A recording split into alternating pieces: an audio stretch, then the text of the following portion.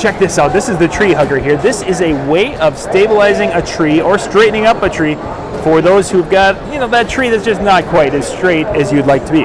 There's two different versions. One is based on a 2x4 system where you're going to be able to prop that tree up. It's a little system that's manufactured to add the 2x4 of the length you need. You can go in, put the screws in, and get it all set up.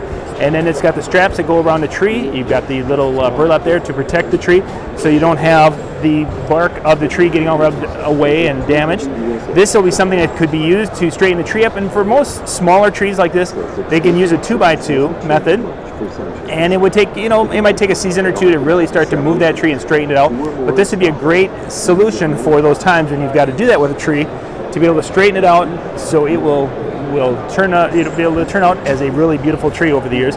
And it'll also give you a reusability. You can take those off when you're done and move it to another tree if yours needed, or go be the hero for your neighbor and help them straighten out one of their trees. You can go out to treebrace.com and check that out. We'll put a link in the description below where you can find it and purchase.